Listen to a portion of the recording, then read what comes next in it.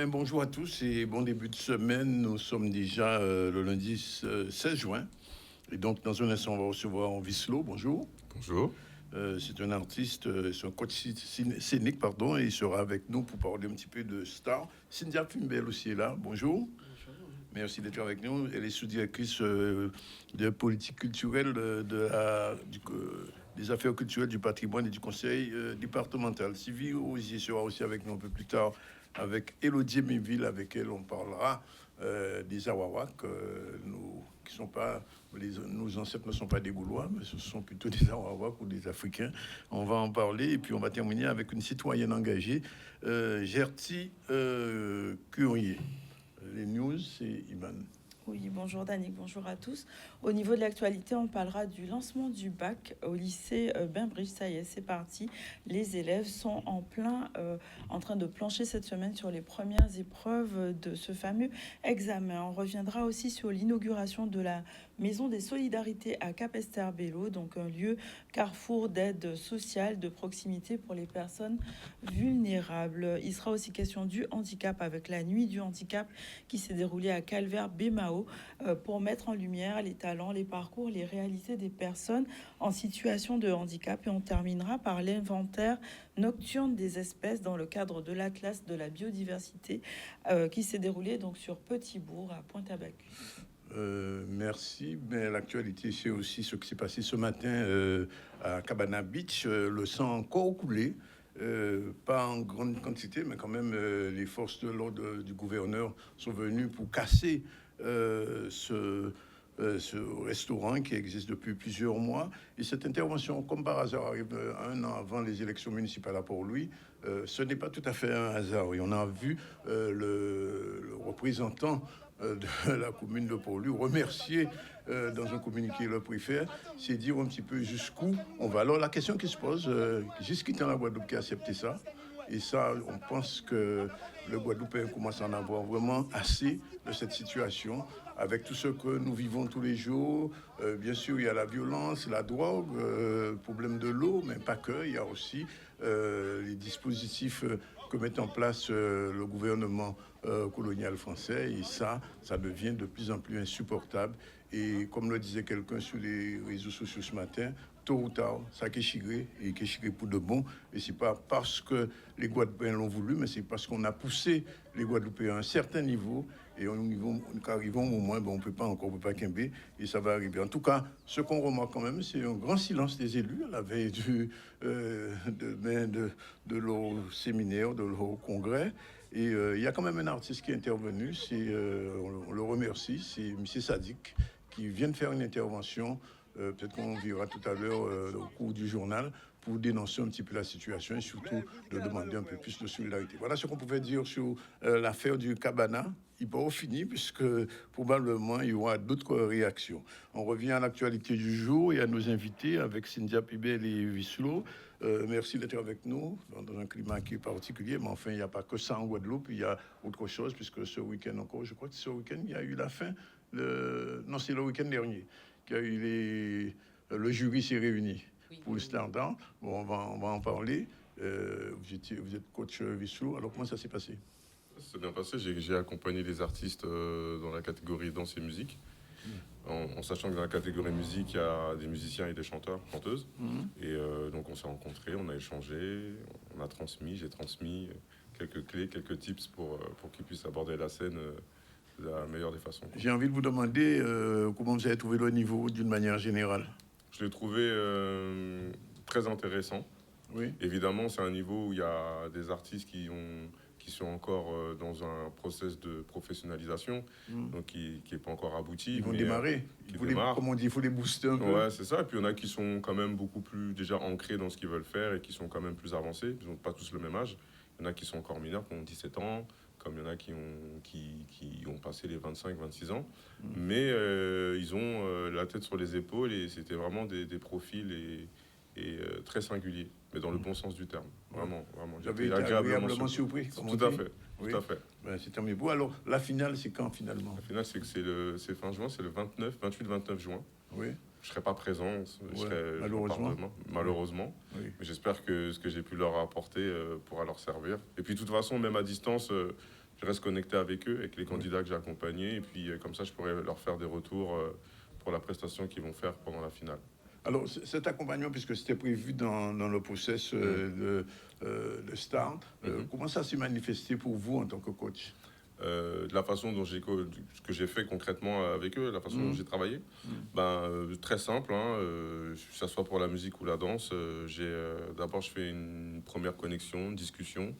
Et c'est ce que je fais dans mes coachings habituellement, c'est-à-dire que j'apprends à connaître l'artiste, où il veut aller, où il en est. Et pour que moi je puisse adapter les solutions s'il y a que je fasse un peu d'ostéopathie et que voilà. Et puis pour certaines, c'était plus une appréhension sur comment prendre l'espace, comment se positionner, bien fixer le regard. Voilà, la base du coaching scénique que je fais depuis pas mal d'années. Et c'est quelque chose que vous connaissez bien. Oui, c'est vrai que je connais bien, mais comment dire, je bosse avec pas mal d'artistes aujourd'hui, beaucoup dans l'urbain ou dans le rap, dans le hip-hop en France, des Chacola, des SDM, qui ont déjà des carrières qui sont déjà reconnues. Donc, c'est des artistes qui travaillent pour faire des tournées, des grosses scènes. Donc, ça, c'est différent. Mais on a comme tout à un début, et eux, j'ai commencé à travailler avec eux quand ils faisaient leur première scène. Donc, c'est toujours un peu le même processus. Donc, voilà. Je me tourne vers Cynthia pour parler un peu des créations hybrides, puisque le processus aussi a été lancé. Il est arrivé en fin de course déjà? Alors en fin de course, on va dire qu'on est en plein dedans, puisque la première restitution a lieu le 20, vendredi 20, et puis en cascade... Il y a eu combien de dossiers en gros? Est-ce que vous savez? Ah oui, il y en a eu... Je sais, pour Start, il y a eu plus de 220, si je me... Il y a eu 234. 234? Oui, et sans compter, on n'a pas compté parmi ce lot, il y a des personnes qui nous ont écrit de Madagascar, du Cameroun en particulier, du Congo... Mais des Guadeloupéens ou des... Non, ils sont pas... En fait, je pense que ce sont des gens qui sont en contact avec des artistes guadeloupéens et qui ont dans leur viseur l'actualité de l'écosystème culturel en Guadeloupe en général. Ça prouve que finalement que ça bouge beaucoup dans le monde culturel et artistique. Ce qui est intéressant, c'est que ça prouve que la réflexion qu'on pose aujourd'hui sur les industries culturelles et créatives, c'est bien la combinaison entre ces disciplines et que ce ne sont pas des champs disciplinaires fondamentalement distincts. C'est qu'à un moment donné, il y a des porosités. Et ces porosités, elles sont aussi sur les métiers, des métiers qui sont très peu peut-être visibles. Donc il y a l'avant-scène, il y a la scène, il y a tout ce qui se passe autour, il y a tout l'aspect aussi technique et logistique, et ça on le voit aussi quelque part dans Start, différents placements de métiers. Et en tout cas pour les créations hybrides, l'idée aussi est là de pas seulement conforter je dirais la structuration de cet écosystème, mais quelque part aller en upgradant la structuration. C'est surtout ça, d'accompagner les artistes. Et on le voit que ce rayonnement, il est régional, mais il est aussi interrégional. J'ai parlé avec d'autres alter ego qui sont en Guyane ou en Martinique, qui sont intéressés justement pour quelque part faire en sorte que ces formes voyages qui sont issues donc de ces créations hybrides, on arrive quand même à la 4e édition, à raison de 4 sites par an, avec une année où il y a eu 5 sites. Ça commence à faire une masse de projets qui peut faire catalogue et qui contribue aussi à cartographier, je dirais, non seulement nos lieux patrimoniaux, mais fondamentalement la création et les créateurs et les nouveaux formats. Donc, bien évidemment, ce catalogue vient identifier un certain nombre de projets, parce que quid du projet une fois qu'il est allé en restitution. Parce qu'on a 4 restitutions, mais on a quand même 4 projets. C'est vraiment une occasion incroyable, même si, effectivement, si on posait les plus et les moins, on entendrait que 10 jours, c'est extrêmement rapide, mais ça prend l'allure je dirais, d'une résidence workshop où on doit travailler en commun. Est-ce que ces artistes auront besoin de coaching? Alors, c'est vrai que là, on est sur c'est intéressant de poser la question parce que sur ce format-là, l'idée, justement, c'est vraiment de faire en sorte que création hybride 5, 6, 7, etc., on soit de plus en plus Il faut les performants. accompagner, c'est ça? Absolument. Oui, oui. Et donc là, on a 4 regards extérieurs, là aussi, qui ne sont pas dans l'ordre du coaching, mais ce sont des artistes voilà, qui ont fait école quelque part, qui par leur parcours... alors, il y a 3 d'entre eux ont fait les créations hybrides, même si c'était déjà des professionnels, Oui. comme Nati Montella pour la danse, Esther Myrtil au théâtre et Christian Laviso en musique. Et sur la partie art visuel, on a un artiste en fait qui vient de la scène internationale.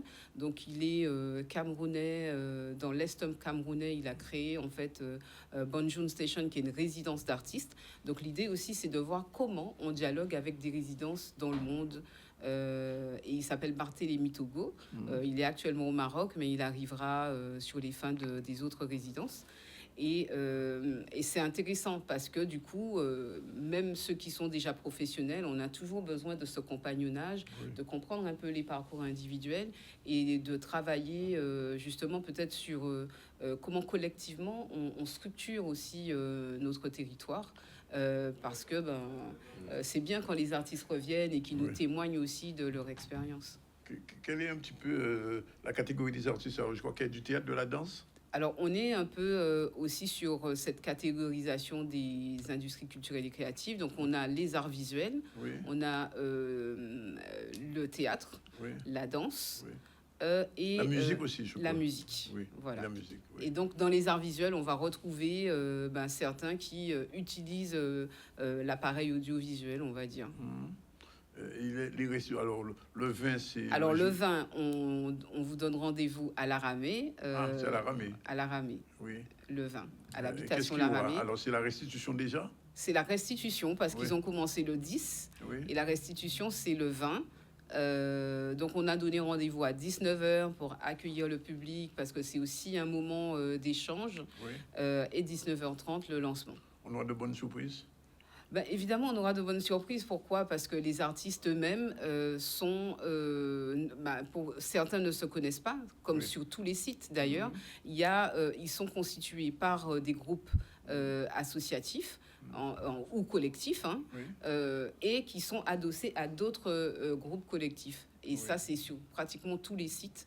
Donc le site de la Ramée, on le dit, restitution le 20. Au Fort Fleur d'Épée, restitution le 22. D'accord. Au Fort d'Elgrès, quand même, à Basse-Terre, restitution le 24. Et à Beauport, Pays de la Canne. Il y a 3 restitutions cette année. Alors, il y a 4. À Beauport, la restitution, c'est le 26. Donc, toujours public, soyez présents à 19h pour qu'on puisse bien vous accueillir. Et à 19h30, on lance. D'accord. Bon, donc, voilà, en fait, en plus, c'est un spectacle gratuit. Oui, il faut le rappeler, oui, c'est tout à fait en accès libre sur tous les sites. Donc, on vous demande même, certains sites sont accessibles. Oui, donc tous les sites sont accessibles gratuitement. Oui, normalement. Mais alors, j'ai envie de vous poser la question, Cynthia, puisque vous êtes dans ce milieu-là depuis longtemps. Comment trouvez-vous un petit peu l'évolution des créations artistiques culturelles en Guadeloupe au cours depuis que vous avez été en fonction? Alors, depuis que je suis en fonction, un peu partout. On va pas tout énumérer, mais parce que en fonction, ce serait un peu limité, parce que du coup, j'ai rejoint le département que depuis 6 mois. Mais avant ça, la cartographie, elle est extrêmement dense, quels que soient les secteurs. Je pense que la Guadeloupe est un terreau pour les industries culturelles et créatives. Donc évidemment, souvent il y a des lieux oubliés ou des champs oubliés des industries culturelles et créatives, mais il implique l'édition, il implique l'architecture, il implique le design. Et aujourd'hui, je pense que notamment après la sortie de l'étude du SODAVI, donc ce schéma d'orientation pour les arts visuels, si on considère déjà que ce secteur-là qu'avait lancé la DAC Guadeloupe en 2021 et qui a été restitué en 2022, il y a plus de 220 acteurs des arts visuels qui ont été identifiés. Donc imaginons qu'on fasse la même chose spécifiquement pour le cinéma, pour le théâtre. ça danse, donne un etc. environnement de Ouais. cet écosystème et on pourrait se demander d'où il part parce que Stark nous l'a montré, il y avait des jeunes qui étaient au lycée. Oui. Donc, quid de ces jeunes qui sortent des lycées et qui rentrent dans la vie professionnelle? Où sont-ils? Comment on les identifie? Comment on les cartographie? Oui. Et ça, c'est un enjeu aussi, je pense, de nos politiques culturelles et de nos politiques publiques. J'ai envie de vous dire, maintenant, c'est la fin du bricolage et il faut de plus en plus que les JCC deviennent vraiment des JCC. Ah, mais tout à fait. Je pense que la matrice de ce qui est en place, là, nous le montre bien. On sort justement de la poule art fair. On a vu le nombre d'artistes aussi sur Dans la place. peinture, oui, oui. Donc, et qui combine avec plus que la peinture, parce que quand on a la Du cinéma, performance et tout ça, qui ouais. tient aussi les questions de la scène, des artistes qui travaillent aussi des formes audiovisuelles, aujourd'hui, oui, des dispositifs comme création hybride ont leur place absolue parce que non seulement ils vont venir identifier, cartographier les artistes, mais ils vont venir mettre en forme un catalogue qui va raisonner quelque Oui. part l'ensemble des propositions qu'on aura eues dans ces restitutions 20, 22, 24, 26. Et ensuite, ça laisse ouvert une perspective dorénavant que on ne s'arrête pas à la seule restitution, mais on construit aussi quelque part avec du vivant, de l'archive. Et donc, oui, ça fait sens et c'est déjà une réponse aux industries culturelles et créatives. Il faudra structurer, c'est tout ce que je voulais dire. Merci en tout cas d'être venu. Merci Vissot. On espère vous revoir bientôt en Guadeloupe quand même. Oui, je viens de en vacances bientôt. Je suis de retour au mois d'août avec la famille, Oui. si Dieu veut. Et après, même artistiquement, toujours dans cette connexion avec la nouvelle génération. Oui. Là, c'est au niveau du groupe Sayan. Oui. J'ai une collaboration avec One One qui sort bientôt. D'accord. Donc, c'est Ben, vous une viendrez nouvelle nous artiste présenter ça. émergent. Oui, Ouais. ça arrivé. Ça, c'est la musique. Volontiers. Voilà. Merci. En tout cas, merci. Donc rendez-vous le 20. Rendez-vous le 20 Enfin, à la le Ramée. premier rendez-vous 20 après le 22. à la Ramée, 22 au Fort Fleur d'Épée, 24 Ouais. à Fort des Grèces à Basse-Terre et 26 à Beauport. À Beauport. Voilà. 12h53, on revient rapidement à l'actualité puisque c'était le lancement de l'épreuve de philo aujourd'hui au lycée. Oui, coup d'envoi de du bac, voilà, Les pour les futurs petits bacheliers. jeunes qui ils sont en période de stress, mais déterminés, j'imagine, à réussir. On voit un reportage de Charlie Dagunia qui nous montre ces élèves qui affrontent ces journées avec sérieux et encadrés par une équipe mobilisée. Voilà, c'est au Bertrand encore aussi de je m'appelle Pauline. Bonjour.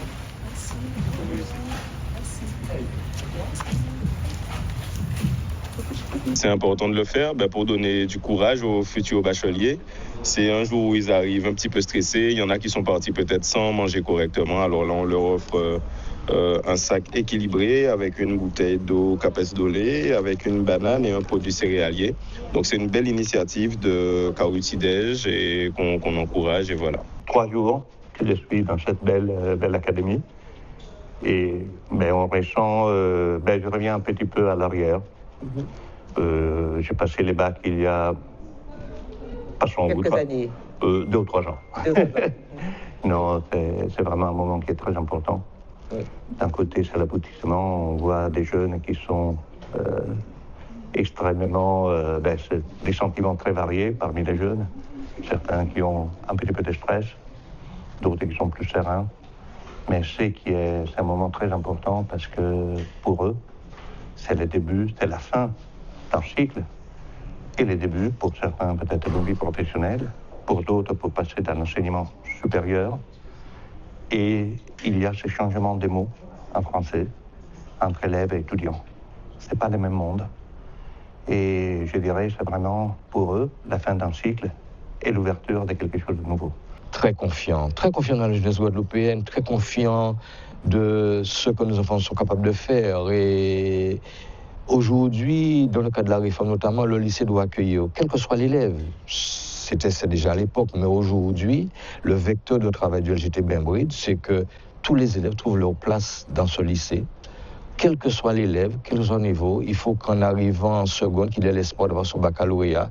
Et j'espère que ce sera le cas pour nombreux d'entre eux cette année. On se trouve dans un lycée qui a un taux de boursiers extrêmement élevé, mais un taux de réussite au bac qui est quasiment celui de la France hexagonale. Donc nettement au-dessus de la moyenne qu'on a dans la région académique.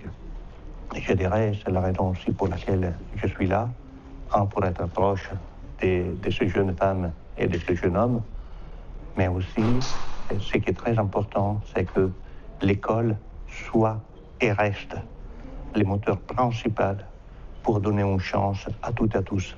C'est vraiment notre devoir, c'est celui-là. Voilà, il est déjà 12h56, c'est l'heure de la première pause dans le ZCL News. On se retrouve avec Iman tout à l'heure, mais avant on aura Sylvie Rosier, Elodie Méville. Il est 12h56, à tout de suite.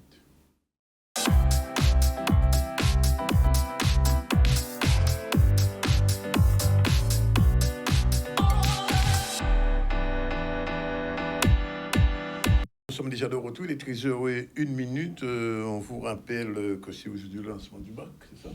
Oui, on en a parlé déjà. Oui, on a parlé aussi de l'affaire du Cabana et du silence de nos élus et de la violence de ce qui s'est passé ce matin à Port-Louis.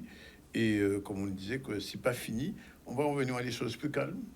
La nuit. Oui, la nuit tout de suite ou bien l'inauguration. On va parler de l'inauguration Oui, de la Maison des Solidarités. Donc à Capesterre-Belle-Eau, c'est un lieu qui va être un lieu d'accueil, d'écoute et d'accompagnement pour les personnes en situation de vulnérabilité. Donc un carrefour d'aide sociale et de proximité qui a été inauguré ce week-end. Donc on voit un reportage d'Olivier Félix. La ville de Capesterre-Belle-Eau a procédé ce matin à l'inauguration de la Maison des Solidarités, un guichet unique pour venir en aide à la population, puisqu'il va abriter en son sein le CECAS, la mission locale, le centre de formation, en gros, toutes les conditions pour pouvoir accueillir et surtout porter des réponses aux besoins donc, de notre population.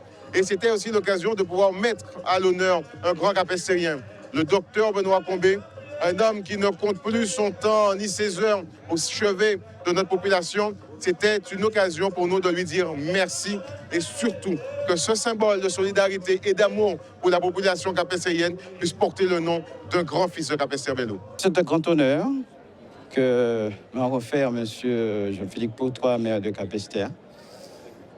Comment vous dire, je pense qu'aujourd'hui, je suis fier, mais surtout, je pense que là où ils sont, mes parents sont très fiers de ce que moi j'ai accompli dans ma vie. Nous avons profité de cette occasion pour pouvoir mettre en place un chantier d'insertion. Sous cette première tranche, ce sont 17 jeunes qui ont découvert donc, les métiers donc, du bâtiment. 60% d'entre eux ont déjà trouvé un emploi. Et donc nous poursuivons comme ça, de manière à pouvoir offrir des perspectives, des chances à nos jeunes, tout en réhabilitant le patrimoine. Parce qu'il s'agit là pour nous de porter une vraie réponse sociale et sociétale à Capesterre-Belle-Eau. Tout le monde, c'est monde. Pas ni pour monde, qui pi monde, qui pour monde.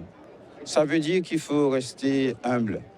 L'humilité, c'est l'un des facteurs les plus importants de l'humanisme que j'ai hérité de ma famille et particulièrement de mon frère Charlot.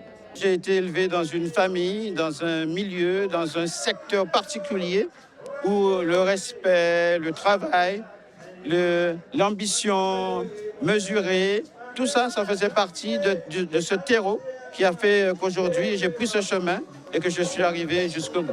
Un homme qui a le cœur sur la main. On a vu l'exemple aussi donné avec cette rigueur à ses fils. Ce sont des symboles comme ça dont on a besoin pour pouvoir démontrer à notre population qu'on peut être de conditions diverses, mais réussir par le travail, par l'abnégation, avec humilité, parce qu'on a cette volonté. Et aujourd'hui, avoir cette maison qui porte son nom, c'est un symbole offert à la population et plus particulièrement aux jeunes capestériens. Il est 13h04 et je vous l'ai dit, c'est le lundi, on retrouve Madame Rosier. Et Madame Rosier, c'est chronique Boost générique.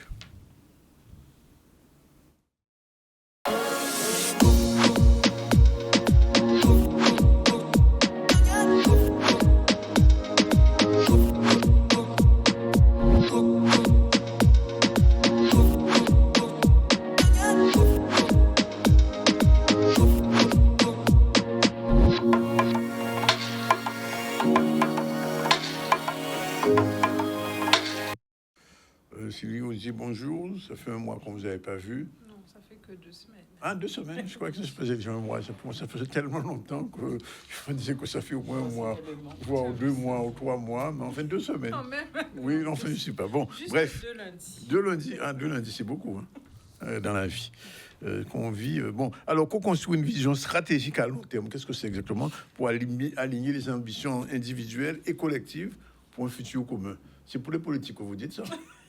Il faut les préparer. Hein, parce qu'ils auront- Ah Non, mais non, je ne fais pas de politique. non, mais c'est pas pour les politiques. C'est mais pas ça pour les s'appelait pour politiques, politique, ça. Ça pourrait leur Ah servir oui, peut-être. ça que ils ont l'idée. Ah, Bon. peut-être. Alors, Non, c'est surtout pour les entreprises, puisque les managers, les chefs d'entreprise, ils ont une vision stratégique, ils ont des objectifs qu'ils veulent atteindre pour leur entreprise.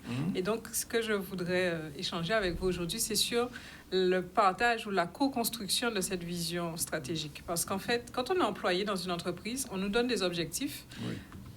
que peut-être le manager ou le responsable, le chef d'entreprise a fixé tout seul. Les employés sont juste des exécutants finalement. Et eux, il ne faut pas qu'ils soient des exécutants. Et- Que des exécutants. Des fois, ça grippe la machine, on va dire, parce Voilà. que finalement, J'en sais quelque on accomplit chose. un certain nombre de tâches Oui. sans savoir vraiment pourquoi, à quoi ça va servir, où ça va nous mener, et finalement, elle est où la réussite? S'il n'y a que le chef d'entreprise qui Qui en coup, ça- bénéficient. pas qui en bénéficie, mais qui voit les avancées et qui est content parce qu'on va vers ses objectifs. Mais finalement, les équipes, si elles n'ont pas toutes les informations, elles ne sont pas 100% impliquées, ben, du coup, au bout d'un moment, il y en a qui se désolidarisent un peu de cette... C'est ce qu'on appelle une co-construction. Voilà, c'est ce qu'il faut faire. L'idéal, ça serait de co-construire la stratégie avec ces équipes. Donc, de travailler ensemble pendant un certain temps, pendant un séminaire, par exemple, Oui. pendant une journée ou un mois où on se pose ensemble pour réfléchir à cette vision stratégique qu'on veut mettre en place pour l'entreprise et impliquer Ça peut toute fonctionner l'équipe. pour une association, par exemple, demander aux gens de l'association d'être dans une co-construction pour devenir l'association. Mais encore plus, bien sûr. Ah, d'accord. J'estime qu'une association, c'est comme une entreprise. Bon, Le ben, fonctionnement Ivan a devrait entendu. être comme une Ivan a entreprise. entendu, elle n'est pas seule. Bon. Ah, Des fois, j'ai l'impression de l'être. C'est il ça va le falloir qu'on problème. réunisse l'équipe, Oui. ça va pas. C'est ça. Pour construire le TZ. Oui. On a du boulot. C'est ça, c'est ça. Alors, comment ça se fait? Comment cette co-construction se fait? Quelles sont les étapes? Déjà, première étape, il faut créer un espace d'expression. Donc là où on réunit l'équipe, où on peut réfléchir ensemble. Déjà, on peut se poser les questions, on se demander de quoi sommes-nous fiers aujourd'hui? Ou quels défis voulons-nous relever et quelles valeurs voulons-nous défendre? Parce qu'à travers les valeurs, si en plus la personne elle se reconnaît parce que ces valeurs sont aussi les siennes, ça peut elle sera forcément beaucoup plus impliquée. Et donc là, on pourra capter les rêves, les élans de tout un chacun à travers ces questions et les réponses qu'ils vont y apporter. Après, on travaille à faire émerger des intentions communes. Et là, à travers les grandes discussions qu'on a, on peut regrouper les idées par grands axes. On peut avoir des idées qui parlent de l'impact de l'entreprise, de la relation client, de l'innovation, etc., etc. Et quand on a regroupé par grande famille les échanges qu'on a, on regarde ce qui revient à chaque fois. Et donc, c'est là qu'on peut réussir à trouver un fil conducteur à la stratégie qu'on est en train de construire. Oui. Ensuite, projeter l'équipe dans l'avenir. Ça aussi, ça fonctionne très bien à travers un exercice où on leur dit, mais on est en 2028, donc dans 3 ans. Et on est en 2028. Nous avons réussi au-delà de nos espérances. Et là, on se demande qu'est-ce qui a changé dans notre façon de travailler et de quoi parle-t-on autour de nous. Et donc, comme... Là, c'est un exercice de visualisation, de projection. Et puis, du coup, on peut dire, bon, moi, je pense que voilà ce qui a changé, qui a permis qu'on ait réussi au-delà de nos espérances en 2028, etc., etc. Les réponses qu'il donne sur cette projection permettent de se dire, OK, donc si on pense qu'on va plus loin que ce qu'on attendait grâce à cette nouvelle posture, qu'est-ce qu'on va mettre en place pour adopter cette posture qui va nous permettre d'atteindre cet objectif et ce résultat? Une fois qu'on a adopté cette posture, qu'est-ce que ça change au quotidien?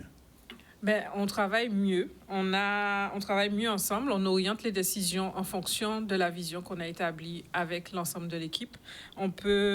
Ça renforce l'engagement puisqu'ils ont été acteurs de toutes les étapes de construction de cette stratégie. Donc forcément, ils sont engagés parce qu'eux aussi ont proposé des choses. Et puis, on donne une cohérence aux actions qu'on met en place. On évite de se disperser dans trop de projets qui peuvent des fois être même contradictoires par rapport à la direction qu'on veut prendre. Donc, comme ça permet de rester aligné.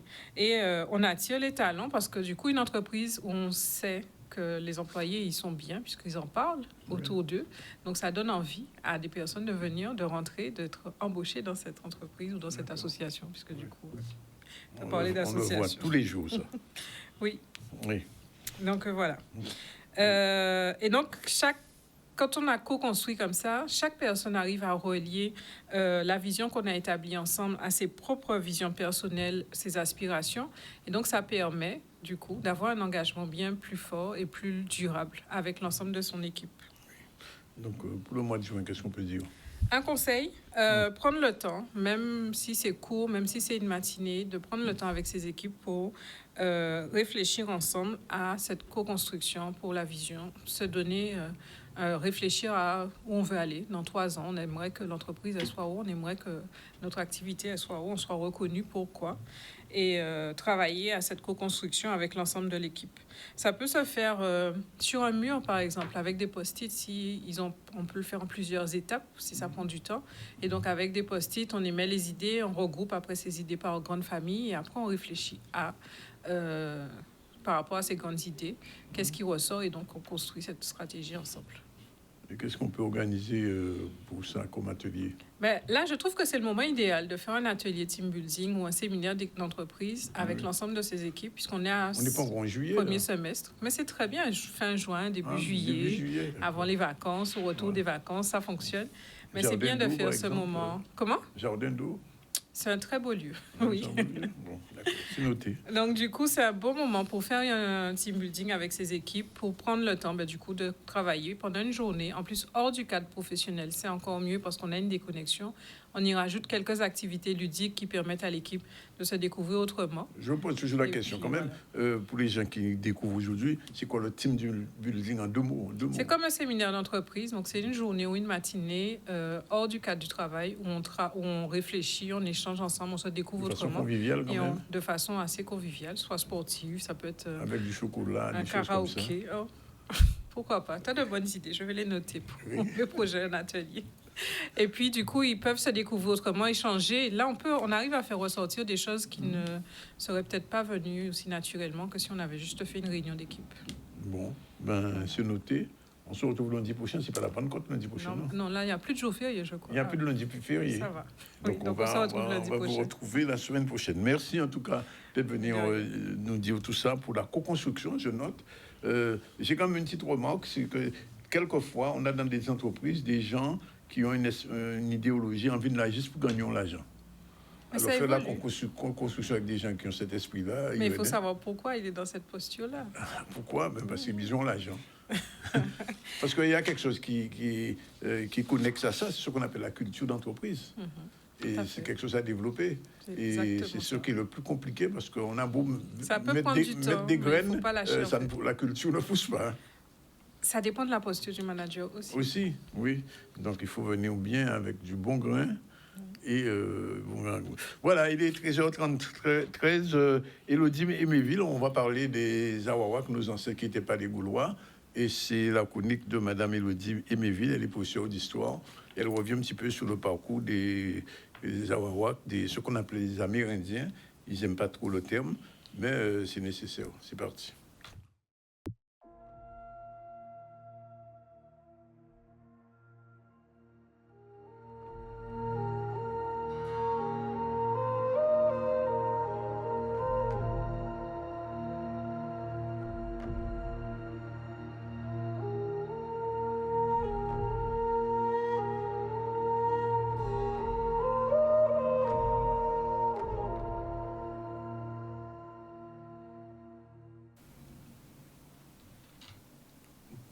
Voilà, Wawak Story, c'est la deuxième émission d'une série de 3 émissions sur les premiers habitants de notre Caraïbe, les Awawak. Et j'ai avec moi Élodie Éméville. Bonjour. Bonjour. Merci d'être avec nous et de faire ce parcours historique important pour nos populations, pour comprendre un petit peu où là nous sortis, où nous allons. Alors, dans le premier épisode, on a parlé un petit peu du voyage de l'origine. Tout à fait. On a vu comment l'Amérique a été peuplée par les premiers habitants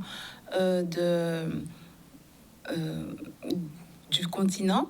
Et on a ensuite vu que cette population est allée aux Antilles par trois vagues, et dont la dernière, celle qui nous intéresse le plus, la vague des Arawaks, qui est présente sur le continent du nord de l'Amérique du Sud jusqu'aux Grandes Antilles. Bien, alors, on va parler des Amérindiens, puisque c'est un terme qui a été inventé à l'époque. Alors, est-ce que vous pouvez nous dire un petit peu d'où sort ce mot amérindien? On en a parlé un petit peu à la fin, mais c'est bien d'y revenir. Alors, effectivement, le mot amérindien, c'est un mot valise qui naît de la volonté de Christophe Colomb d'arriver en Inde. Et donc, quand il voit des îles, il voit une population, il se dit que ce sont les Indiens, il a réussi. Et de Amerigo Vespucci, qui va être considéré par ses contemporains comme étant le découvreur de ce nouveau continent. Donc, littéralement, ça veut dire les Indiens d'Amérique. Alors, il faut quand même faire un petit rectificatif par rapport à ce qu'on nous a présenté dans l'histoire. On disait que Christophe Colomb a découvert les Caraïbes, la Caraïbe. Il n'a rien découvert, en fait. Non, il n'a pas découvert du tout l'Amérique. C'est un continent qui est connu depuis plusieurs siècles, puisque même les Vikings ont été en Amérique, ils ne sont pas restés, mais ils y sont allés. Et il y a même des théories qui disent que les Africains aussi allaient sur le continent. Alors, parlons un petit peu des sociétés Arawak des Antilles, parce qu'il va falloir qu'on en parle. Tout à fait. Donc, aux Antilles, il y a deux sociétés Arawak, les Taïnos qui sont dans les grandes Antilles et les Kalinago qui, eux, sont dans les petites Antilles. Donc, les Taïnos, c'est une société qui est entièrement sédentaire. Ils sont sur des grandes îles, de vastes espaces, donc ils se sont totalement sédentarisés. Ils ont une société qui est hiérarchisée aussi en trois groupes. Le premier, c'est celui des Boïques avec les chamans, un personnage extrêmement important dans la société Arawak, et le cacique, c'est-à-dire le chef. Ensuite, on a les travailleurs, les Nitainos, et les Nitainos, ce sont les nobles, et ensuite on a les travailleurs, les Naborias. Alors, sur les Canigo et Taïnos, est-ce qu'il y a eu des contacts? Oui, bien sûr, puisque les Kalinago, eux, c'est une société semi-nomade, c'est-à-dire qu'ils circulent dans les petites Antilles en fonction de leurs besoins. S'ils ont par exemple besoin de piment, et ils iront à Marie-Galante. S'ils ont besoin du gommier, c'est-à-dire oui, voilà, ils circulent vraiment. Voilà, c'est ça, c'est leur territoire. Tout l'espace des petites Antilles leur appartient, donc ils circulent. Et de temps en temps, ils font des raids chez les Taïnos. Et ils vont quand même s'installer dans nos régions. Oui, ils s'installent, ce sont des semi-nomades. Donc, ils s'installent, mais ils ne restent pas totalement. Ils circulent vraiment en fonction de leurs besoins. Ils ont besoin de ça, ils iront. Voilà. Oui. Alors, on va trouver des Kalinago aussi bien en Guadeloupe qu'à Dominique, à Sainte-Lucie. Voilà, dans toutes les petites Antilles, effectivement, ce sont les Kalinago qui sont installés. Et les Taïnos, ce sont ceux qu'on appelle les grandes Antilles, Cuba, Jamaïque, Haïti, République dominicaine. Pas Porto Rico? Si, aussi. Même Porto Rico. D'accord. Alors, venons un petit peu aux conséquences, au contact et des conséquences. Comment ça se met en place à partir de 1492? Donc, une fois que Christophe Colomb arrive sur ces territoires, l'Espagne et le Portugal vont se diviser la planète en deux, puisque ce sont les deux grandes puissances européennes de l'époque. La France n'est pas encore une puissance coloniale dans ces régions-là à cette époque-là. Pas encore, pas au début. Oui. Donc, en 1494, on va, grâce au traité de Tordesillas, on va tout ce qui sera à l'ouest du traité sera pour les Espagnols et tout ce qui est à l'est pour les Portugais. Oui. Donc, les grandes Antilles vont être rapidement annexées par les Espagnols et ils vont un peu délaisser les petites Antilles, surtout que les Kalinago, ils vont être un peu plus belliqueux, ils vont pas les laisser entrer sur leur territoire, vu ce qu'ils ont déjà fait au nord. D'accord. Alors, il faut bien pour qu'on comprenne bien que à cette époque-là, il n'y a pas encore d'Africains dans ces îles. Hein. Non, il n'y en a pas encore. Oui. Enfin, ils arrivent très vite. Une fois que les Espagnols ont commencé à s'installer et à mettre en place une nouvelle société, hein, ils vont faire venir rapidement les Noirs d'Afrique. Alors, il y a donc à l'époque, comme Européens, des Espagnols. Les Espagnols et les Portugais, mais les Portugais, eux, ils sont plus dans le Brésil. D'accord. D'accord. Parce qu'il y a le traité qui leur dit qu'ils ne peuvent pas aller à l'ouest. Ils sont obligés de rester sur l'est. Donc ça, c'est plutôt le Brésil. Alors, si on fait un petit saut beaucoup plus tard, en 1625, qu'est-ce qui va se passer? En 1625, là, les Français vont, avec les Anglais et les Hollandais, vouloir eux aussi leur part dans ces territoires. Et ils vont arriver dans les petites Antilles, puisque c'est un espace qui est un peu délaissé par les Espagnols. Donc, ils vont arriver dans les petites Antilles et vont s'installer sur l'île de Saint-Christophe, qui est aujourd'hui Saint-Kitts. Ce qu'on appelle Voilà, Saint-Kitts, tout à fait. Et de là, les Français vont partir en 1635 vers la Guadeloupe et la Martinique. Et là, ils seront accueillis, contrairement aux Espagnols, par les Amérindiens. Alors quand même, il faut quand même signaler qu'ils ont quand même créé une compagnie. Oui, la compagnie, alors la première compagnie, c'est la compagnie de Saint-Christophe qui va faire faillite, et pour ne pas entièrement qu'elle disparaisse, ils vont relancer une autre compagnie, la compagnie des îles d'Amérique, pour pouvoir aller conquérir la Guadeloupe et la Martinique, enfin les autres îles. Alors il y a des noms quand même qu'on doit connaître, qu'on répète souvent. Charles Liénard, par exemple. De l'Olive, c'est ça? De l'Olive. Et aussi, parce qu'il y a même des régions qui s'appellent comme ça, Duplessis. Duplessis, tout à fait, effectivement. Ouais. Ce sont les fondateurs de la Compagnie des îles d'Amérique. Et c'est eux qui arrivent en Guadeloupe. Ils arrivent plus précisément à la Pointe-Allègre, c'est-à-dire à Sainte-Rose. Voilà. Sainte-Rose. Alors, à l'époque, il n'y a... en Guadeloupe, sur les îles de la Guadeloupe, il y a que des Kalinago. Voilà, qui sont il n'y a que installés. des Kalinago. Alors, est-ce qu'il y a vous avez dit tout à l'heure qu'ils vont faire de la résistance, en fait? Ils font la résistance avec les Espagnols, ils accueillent bien les Français, mais très rapidement, vu que les Européens sont assez... belliqueux, et ben ils vont totalement résister, et ils vont résister pendant très longtemps. Il faut vraiment attendre 1660 pour que les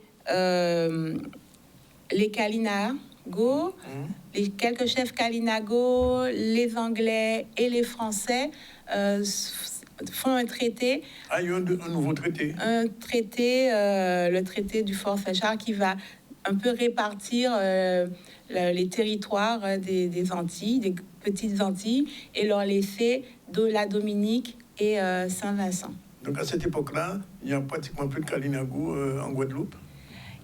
Il y a toujours des poches, mais la société en elle-même a disparu. Oui, et elle s'installe à la Dominique. Elle s'installe à la Dominique et elle s'installe aussi à Saint-Vincent. C'est les îles, on les appelle sur les cartes, c'est marqué neutre, les îles neutres. Les îles neutres. Alors, il faut deux petits mots quand même, parce que souvent on parle des Garifuna. Garifuna. Alors, les Garifuna, ce sont les descendants des Caraïbes noirs, en fait. C'est-à-dire que sur l'île de Saint-Vincent, il y a eu un bateau négrier qui s'est échoué. Et donc, les Amérindiens qui étaient sur ce territoire, les Arawaks, ils se sont mélangés avec ces Africains. Mais en 1763, quand les Anglais récupèrent les deux îles qui avaient été mises à disposition des Kalina, eh ben, ils seront déportés dans toutes en Amérique centrale. Ok. Alors, il nous reste un petit moment, il reste à peu près une minute et demie, 2 minutes. Deux petits mots quand même sur les Caraïbes ou à Wawak, parce qu'on comprend très bien comment on passe de Caraïbes à Wawak, il faut tout le redire. Donc, les Caraïbes, c'est la déformation qu'ont entendu les Européens du mot Kalina. D'accord. Donc, les Caraïbes, ce sont les Kalina. C'est la même chose. Et d'ailleurs, ça va donner un mot assez bizarre, cannibale. Cannibale, parce qu'ils étaient belliqueux, ils étaient guerriers. Oui. Et donc, forcément, ils ne correspondaient pas à l'image du bon sauvage qu'avaient les Européens. Voilà. Eh bien, voilà ce qu'on pouvait dire pour cet épisode. C'est le deuxième épisode. On va attaquer le troisième dans la prochaine émission. On vous remercie, Elodie. Je vous remercie. Et on se retrouve pour parler du mode de vie. Ça, la prochaine fois. Au Voilà. revoir. Voilà, de retour sur le plateau, on va parler de la fête du crabe. La fête du crabe qui a eu lieu à Garges-les-Gonesse, en France. Ah oui. oui, parce que ici, c'était... Oui, c'était passé. C'était la fête du crabe, c'était en avril. Voilà, Oui. non, mais En France, bon. un petit décalage, c'est pas... Voilà, l'essentiel, c'est d'avoir cette fête qui réunit la diaspora entre gastronomie, musique et tradition. On voit un reportage de Maurice Cessé.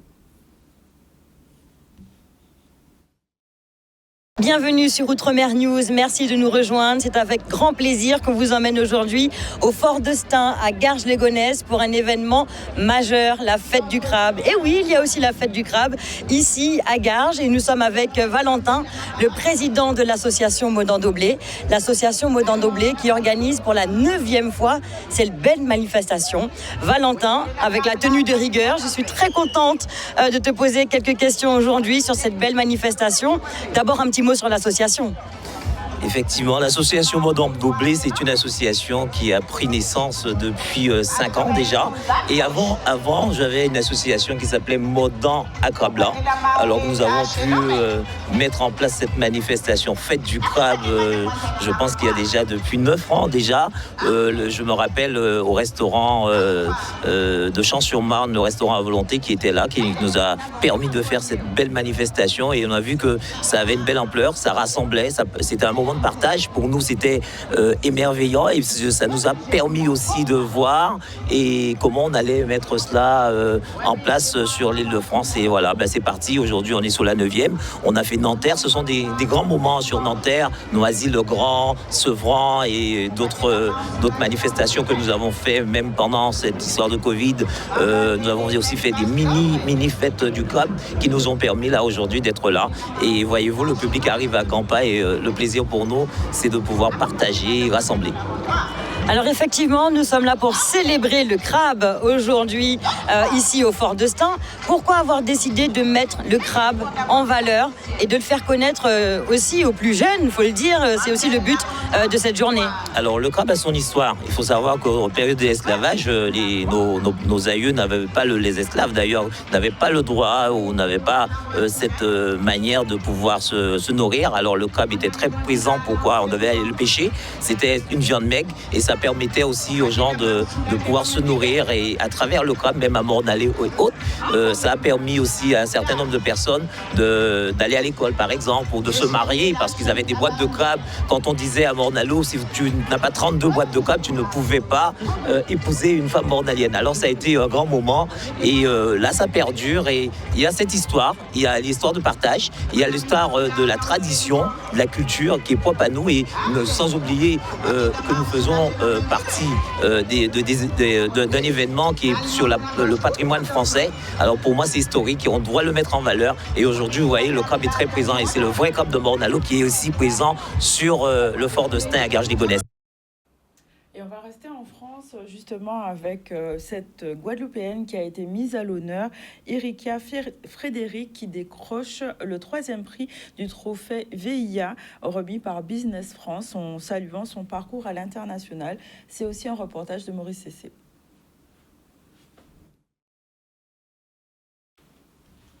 Bon, c'est fini. Hein. Qu'est-ce qui manque après? La nuit du handicap, Petit tu as fait? souci, apparemment, petit souci technique. On n'a pas le reportage de Maurice Cessé? Ok, bon, c'est pas grave, on va revenir sur la nuit du handicap à Bémao, donc sur la place du Calvaire. Donc la nuit du handicap a permis de mettre en lumière les talents, les parcours et les réalités des personnes en situation de handicap. Et Patrick Uri était avec eux pour recueillir des témoignages et voir les animations et les rencontres qui ont rythmé la soirée. Alors, la Nuit du handicap est une association nationale qui milite pour les personnes en situation de handicap, pour les valoriser et mettre en lumière le handicap et un petit peu changer leur regard. Et donc, chaque année, au mois de juin, a lieu vraiment un événement sur la Nuit du handicap où différentes communes de France prennent part à cet événement pour mettre en lumière le handicap dans leur région et valoriser leur public. Donc en Guadeloupe, il y a plusieurs communes qui participent à cette nuit du handicap, dont Basse-Terre, Morne-à-l'Eau, Les Abîmes, Gourbert. Voilà, nous sommes plusieurs communes. Et l'APF s'associe cette année à la ville de Bémao pour organiser la nuit du handicap dans la ville de Bémao. Et donc, nous avons comme marraine Jenny Paulin qui est avec nous aujourd'hui et l'association Jeunesse Calvaire aussi en collaboration pour cet événement. Handicap ou pas handicap, il faut boire de l'eau, puisque l'eau, c'est la vie. Vous savez, quand on est dans le ventre, dans le ventre de notre mère, dans le placenta, avant même de respirer, on baigne déjà dans l'eau, dans le liquide amniotique. Donc, handicapé ou pas handicapé, l'histoire de l'eau intéresse la planète. Le rôle de l'eau dans le corps, les bienfaits de l'eau, les méfaits de la déshydratation, les bienfaits de l'hydratation. Et donc, c'est un problème récurrent chez nous, puisque beaucoup de mots MAUX dépendent quelquefois d'un corps qui est en déshydratation chronique.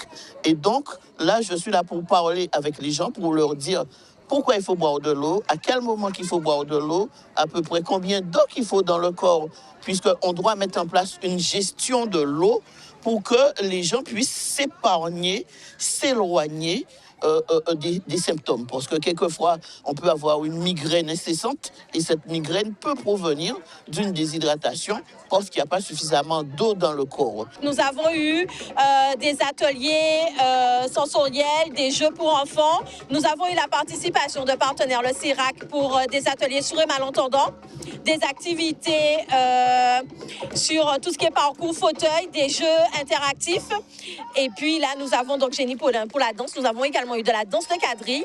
Et nous allons terminer par une petite conférence débat avec une naturopathe. Et justement, il faut ce type d'action pour que le message puisse passer, que les gens puissent vraiment se rendre compte qu'il faut changer leur regard, que ça doit évoluer.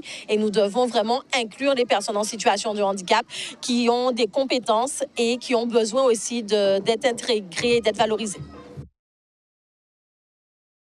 Tout le monde passe comme ça.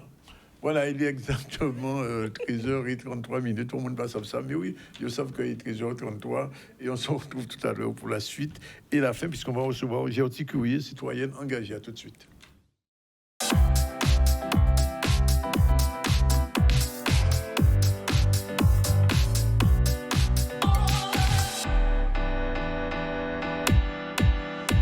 Voilà, il est exactement 13h39. Je vous l'ai dit, on a reçu une dame, une citoyenne engagée. Elle revient d'une commune du sud Basse-Terre, de l'extrême sud. Bonjour, Madame Courrier. Bonjour, merci de m'accueillir au sein de Canal 10. Je disais que vous êtes une citoyenne engagée. Engagée pourquoi et dans quoi? Alors, citoyenne engagée parce que tout simplement, avec des amis, notamment avec Laure Tarrer, qui est prof de lettres, qui fait des cafés littéraires, qui fait des shows littéraires aussi à la télé, qui intervient sur une radio concurrente actuellement le dimanche matin. On a fait un constat, on se rend compte que les gens sont profondément malheureux et sont dans une forme de colère en permanence qui est là, et on s'est demandé ce qu'on pouvait faire pour, en tout cas, permettre aux gens de s'exprimer et de libérer cette parole, parce que on se rend compte qu'il y a une vraie violence qui s'exerce au quotidien. Enfin, après, c'est un phénomène mondial, mais nous, on prêche pour la Guadeloupe. Nous sommes guadeloupéennes, donc on prêche pour la Guadeloupe. Et on se dit, mais qu'est-ce qu'on va faire? Qu'est-ce qu'on va mettre en place? Et l'actualité nous donne raison tous les jours. Donc on s'est dit, qu'est-ce qu'on pourrait faire? Alors, on n'a pas prétention de sauver la Guadeloupe, hein, mais on voudrait, si effectivement, toucher quelques personnes, les aider à prendre conscience de ce qui se passe, de ce qui se trame, et à essayer de changer de mindset, en tout cas, la façon de voir les choses, la façon de communiquer, parce que c'est vrai que, comme on sait, on a été bâti sur la violence, hein, donc l'esclavage fait de graves dégâts psychologiques, émotionnels et psychologiques chez nous, et nous, ce qu'on voudrait, c'est effectivement... prendre conscience et donner la parole aux gens, mais à tout type de personnes, quoi. C'est pas... En fait, c'est un atelier ce sont des ateliers. Donc, c'est le premier qu'on va faire. Hein. Ce sera au Jardin d'eau où on va donner la parole aux gens. Donc, on a fait appel à Éric Lanard, qui est psychothérapeute, qui va modérer la parole et les gens vont venir et parler de ce qu'ils... Enfin, on a un sujet bien défini. Hein. C'était les souffrances auprès non dites, souffrances non dites auprès des femmes et des hommes du pays Guadeloupe, et on va échanger, on va partager autour de ça. Alors c'est pas seulement des femmes cette fois-ci, c'est tout le monde. Ah non, mais j'ai dit des hommes et des femmes, des souffrances des hommes et des femmes, donc tout le monde est invité, et surtout les hommes. Oui. Alors quels sont les sujets qui vont être abordés en priorité? Alors là, le premier sujet qu'on va aborder, parce que chaque fois qu'on va faire, il y aura un thème. Là, ce sont les souffrances non dites qui sont enfouies en nous et qui fait que quand quelqu'un nous parle, nous dit quelque chose, on explose, on est en colère, on n'entend pas.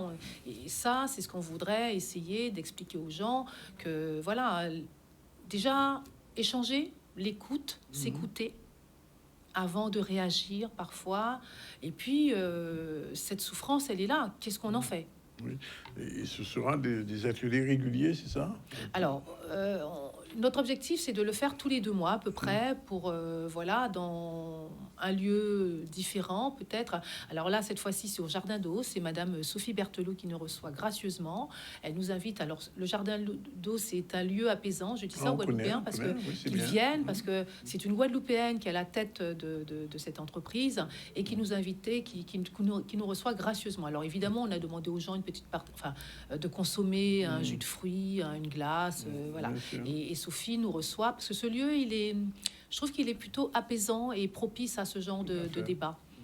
Et ce sera, alors il y aura des interventions. L'atelier se fera par la thérapeute. Comment ça va s'organiser? Parce que les gens qui veulent venir doivent s'attendre à quoi? Alors, les gens viennent et on va aborder ce sujet-là, les souffrances parce qu'on a beaucoup de intérieures. traumas. Nous avons beaucoup de traumas et nous, parfois, on ne sait même pas que nous avons des traumas. On a plein de gens qui vivent en Guadeloupe, qui boivent, qui mangent, qui vaquent à leur occupation et qui ne sont même pas conscients de ces traumas-là. Donc, effectivement, c'est ce qu'on aimerait, c'est pouvoir échanger. C'est pour ça qu'on fait appel à des professionnels, parce que nous sommes des citoyennes engagées, mais nous ne sommes pas des professionnels. Parce que, donc, les gens ont besoin de réponses. Hein, donc, l'objectif, c'est ça. Oui. Donc, ça se fait ce week-end? Alors, le week-end, le 21, alors c'est de 15h à 17h, mais nous demandons aux gens d'arriver plus tôt parce que on voudrait commencer vraiment l'échange à 15h. Voilà, parce qu'il ne faut pas oublier que la personne qui nous accompagne, Éric Lanard, le fait gracieusement. Il vient de Village Bouillante. Et voilà, donc nous devons respecter effectivement. Et puis le Jardin d'eau ferme, hein, parce que c'est un lieu qui a 1 heure d'ouverture et 1 heure de fermeture. Oui, bien sûr. Voilà. Donc, je vois que ça s'appelle « Et si on parlait ?» Voilà. Si on parlait, si on se voilà. parlait. Et si on se parlait, tout simplement, parce que nous pas qu'à parler encore, nous pas qu'à... voilà, on sait bien qu'aujourd'hui, les gens sont chez eux seuls, il y a pas... Ou alors, on va se parler, mais de futilité, de choses où... Voilà. On va s'envoyer un message, c'est tout. C'est ça, WhatsApp, c'est ça. Envoie-moi un WhatsApp et puis voilà. Oui, c'est ça. Et en fait, oui, il y a des blessures qui sont là. Donc, l'idéal, c'est de poser des mots sur ces blessures, ces traumas qui nous font énormément de tort. Hein. Donc, alors, c'est un phénomène mondial. Hein. C'est pas propre à la Guadeloupe. Mais nous, effectivement, on s'est dit, mais qu'est-ce qu'on peut faire pour accompagner les nôtres, leur donner ce temps de parole? Alors, on sait que c'est court, mais peut-être qu'effectivement, s'il y a plus de demandes, on va s'organiser autrement pour leur donner plus la parole. On s'inscrit pas d'avance, on s'inscrit en arrivant. Comment ça se passe? Alors, on peut venir au Jardin d'eau. Moi, vraiment, je conseille aux gens de venir 10 minutes, un quart d'heure avant. Ils peuvent venir au Jardin d'eau. Ils disent qu'ils viennent vraiment pour l'atelier. De toute façon, s'ils viennent avant, ils pourront pas rentrer ou ils vont payer leur place pour aller se promener dans le parc. Le parc, il est magnifique. Alors, s'ils veulent venir le matin pour aller se promener, pique-niquer, ce sera avec Pourquoi pas, oui. Madame Sophie Berthelot va les recevoir vraiment avec grand plaisir, mais ils vont payer leur entrée. Là, effectivement, les gens qui viennent vraiment pour l'atelier, ils ne vont pas payer parce que c'est gratuit. En revanche, on va leur demander de participer, d'acheter. Je vous dis. Il y a une jauge, un nombre de personnes maximum à ne pas dépasser. Non, c'est Non. pas. On n'a pas fixé de voilà. De jauge. Oui, Donc, c'est. parce qu'il peut y avoir beaucoup de gens qui viennent. Ah, ben on espère. Oui. On espère. Oui. Bah oui, donc on n'a pas fixé, parce qu'au départ on s'était dit 25-30 personnes, mais je dis mais on faut donner la parole, donc c'est... Voilà, alors on va faire un Facebook Live aussi, donc pour les gens qui sont à Paris, parce qu'il y a des gens de Paris qui m'ont demandé. On va mettre tout ça en place pour que les gens puissent vraiment participer à ça. Mais vraiment, je dis, on n'a pas la prétention, je dis, de sauver le monde, de sauver la Guadeloupe, mais en tout cas d'échanger, de se parler. Vous voulez porter une contribution citoyenne. Exactement, c'est ça. exactement. Et Voilà. ça, c'est nécessaire. Il faut déconstruire un mindset, un certain cliché qui sont là et reconstruire ensemble. Oui.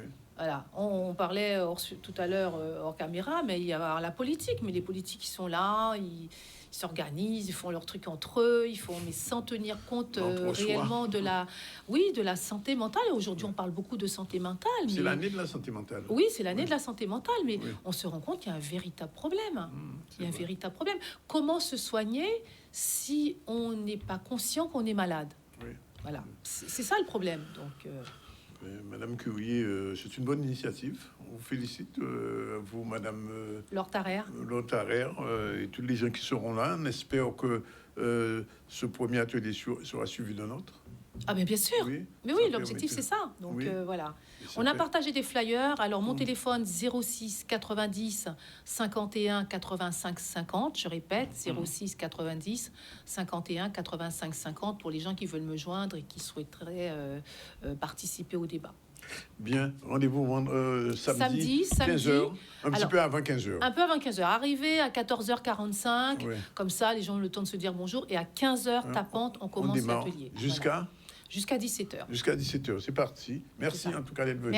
Merci pour votre accueil. Pas ni problème, il est 13h47 seulement. On a le temps de faire un petit retour sur l'actu. On a le temps de faire le dernier sujet aussi, qui est l'inventaire nocturne des espèces à Petit-Bourg. Donc, dans le cadre de la classe de la biodiversité communale, une opération inventaire a été réalisée donc sur Petit-Bourg à Pointe-à-Bacchus. Naturalistes habitants ont observé, écouté et identifié les espèces locales dans le milieu naturel. On voit un reportage d'Olivier Félix.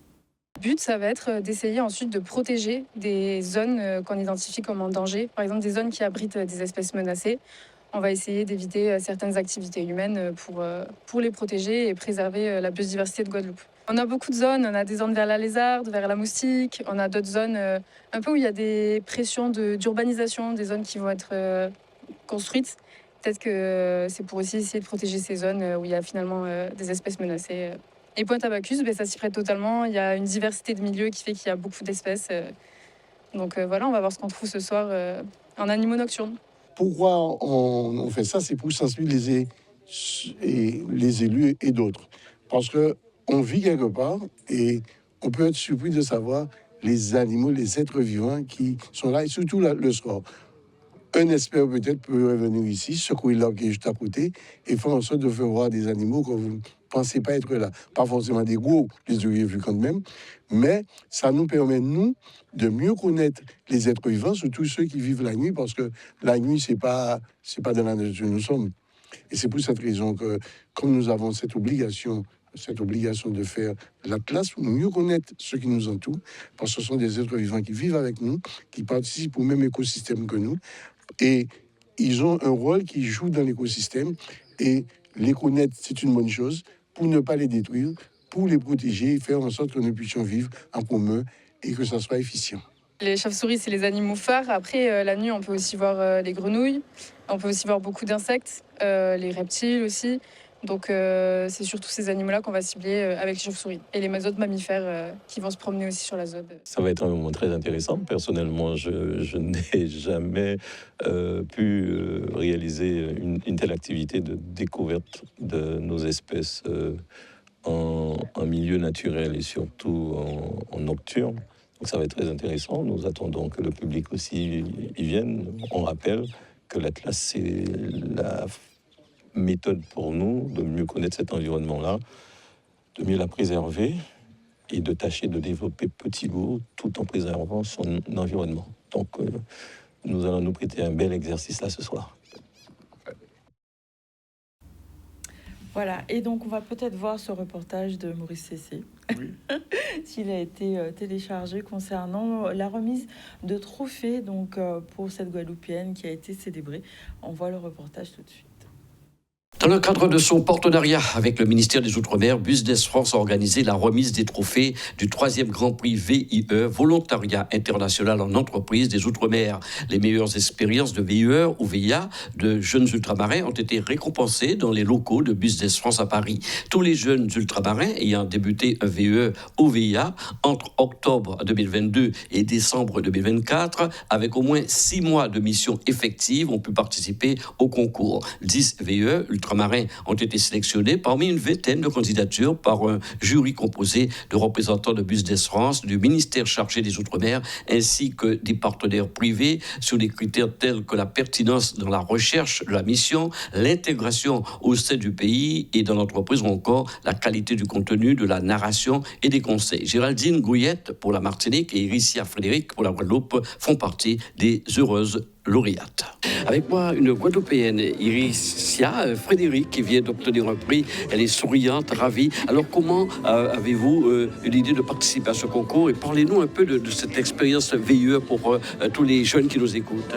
Alors, le VIE, c'est Volontariat International en Entreprise. Donc, c'est un contrat qui nous permet de partir à l'étranger en tant que Français, de représenter une entreprise française à l'étranger. Donc, pour participer à ce concours, j'ai reçu une invitation de Business France pour pouvoir m'inscrire, présenter mon aventure à moi. Donc, je suis en VIE au Canada, chez Airbus. Donc, j'ai un poste qui est super intéressant, qui me permet de travailler avec des personnes à l'international et d'ajouter aussi ma propre manière, ma touche personnelle dans mon travail. Donc voilà, c'est ce que je fais depuis plus d'1 an et demi. Alors, il faut bien dire pour les jeunes que Business France accompagne ces jeunes de début jusqu'à la fin. Oui, effectivement. Alors, au départ, on postule à une offre, on passe des entretiens. Une fois que l'entreprise nous sélectionne, Business France nous accompagne dans les démarches administratives. Ils nous garantissent une indemnité qui est très confortable pour pouvoir vivre à l'étranger et ils nous aident tout au long du parcours. C'est important de savoir montrer sa valeur ajoutée. Des VIE, il y en a beaucoup. Donc, il faut apporter sa touche personnelle. Donc, plus on a des compétences, on va dire, variées, plus on sait montrer son adaptation et sa diversité, plus ça nous donne, on va dire, une touche un petit plus sur le marché qui nous aide à trouver nos VIE. Votre touche personnelle au niveau de votre secteur, en gros, c'est quoi? Alors, ma touche personnelle, je dirais, j'ai voyagé déjà avant mon VIE, donc ça m'a aidé aussi à apporter cette touche de multiculturalité. Je parle très bien anglais et espagnol, que j'ai eu l'occasion d'apprendre aussi en Guadeloupe, donc je pense que ça m'a aidé à avoir ce petit truc en plus pour travailler chez Airbus. Voilà, donc nos Guadeloupéennes sont à l'international et rayonnent. Oui, vraiment à l'international. N'est-ce pas? Voilà, il est 13h53, c'est la fin du ZCL de ce lundi 16 juin. Je rappelle que 16 juin 1984, 4 prisonniers politiques de l'Ukraine, un bœuf et un médien, s'étaient évadés de façon extraordinaire de la prison de Bastère. Et je dis là, ils ont trouvé. Bref, je rigole. Il est 13h53. Je rappelle que ce matin, on a détruit le Cabana Beach et j'ai expliqué comment ça se fait aujourd'hui, au moment où nous parlons, aucun communiqué d'aucun élu. Comme si c'était quelque chose de tout à fait naturel, aucun intellectuel ne prend position sur cette affaire, à part un chanteur, M. Sadik, qui a fait un petit mot pour dire qu'il n'était pas d'accord. Et on a vu aussi les gens, M. Kiaba qui est monté au créneau aussi, puisque vous le voyez, le jeune qui était directeur de ce restaurant a été arrêté brutalement. Il y a eu du sang qui a coulé une fois de plus. Les forces de l'ordre sont intervenues brutalement. Et le Cabana Beach a été rasé.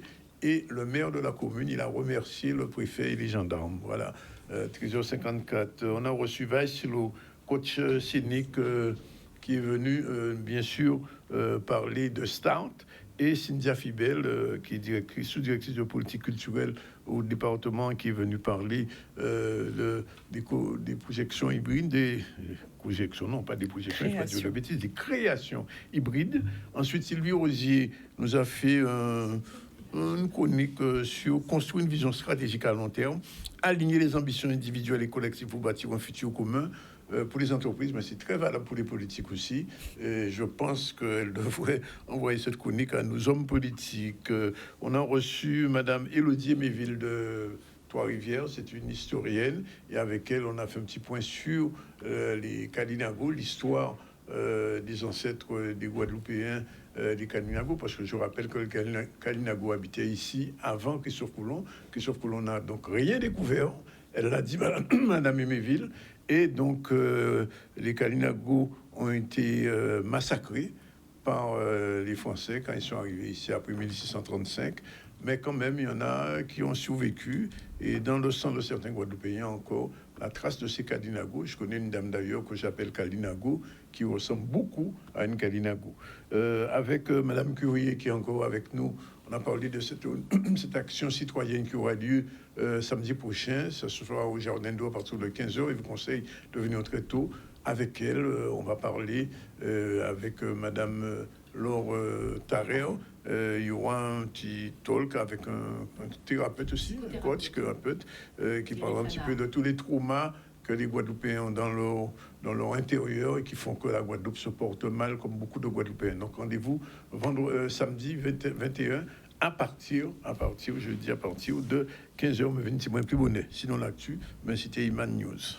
Oui, au niveau de l'actu, on a parlé du lancement du bac. Donc, lycée Bainbridge, les élèves ont été accueillis pour les premières épreuves. Donc, la suite à venir.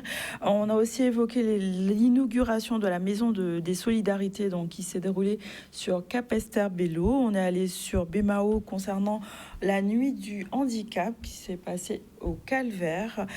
Et on a fait l'inventaire nocturne des espèces dans le cadre de l'Atlas de la biodiversité à la Pointe-à-Bacchus sur Petit-Bourg. Nous sommes aussi allés sur Paris pour la fête du crabe et pour la célébration de cette Guadeloupéenne, Frédéric, qui a eu un 3e prix pour le VIA. Demain, donc, on va se retrouver toute la journée au congrès des élus. Ce sera au conseil départemental, donc pas de ZCL ici, mais quand même on aura un compte rendu. Mercredi, on en reparlera puisque Canal 10 sera en direct toute la journée pour ce congrès. Mercredi, donc on se retrouve mercredi, ce soir là mercredi. Non, pas ce mercredi, on se retrouve jeudi. Voilà. Merci. 13h57. La réalisation a été assurée par Samuel. Yann, cette fois-ci? Non, Emmanuel, bien sûr, avec Yann.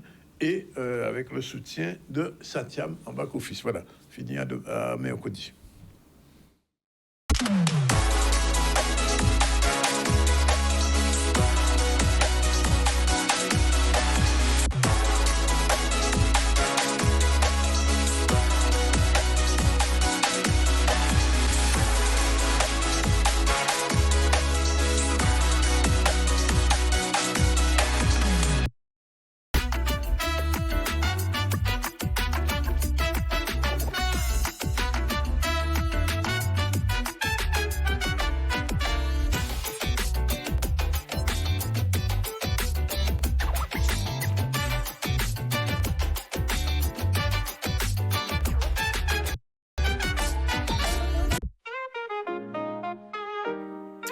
Il est temps de t'exprimer sans trembler. Le brunch Her Power Talks revient pour t'aider à oser ta voix et affirmer ta place. Des ateliers, des rencontres, de l'ancrage et beaucoup de sororité. Oser te dire, oser te montrer, oser rayonner. Rejoins-nous le 22 juin. Active la femme qui est déjà en toi.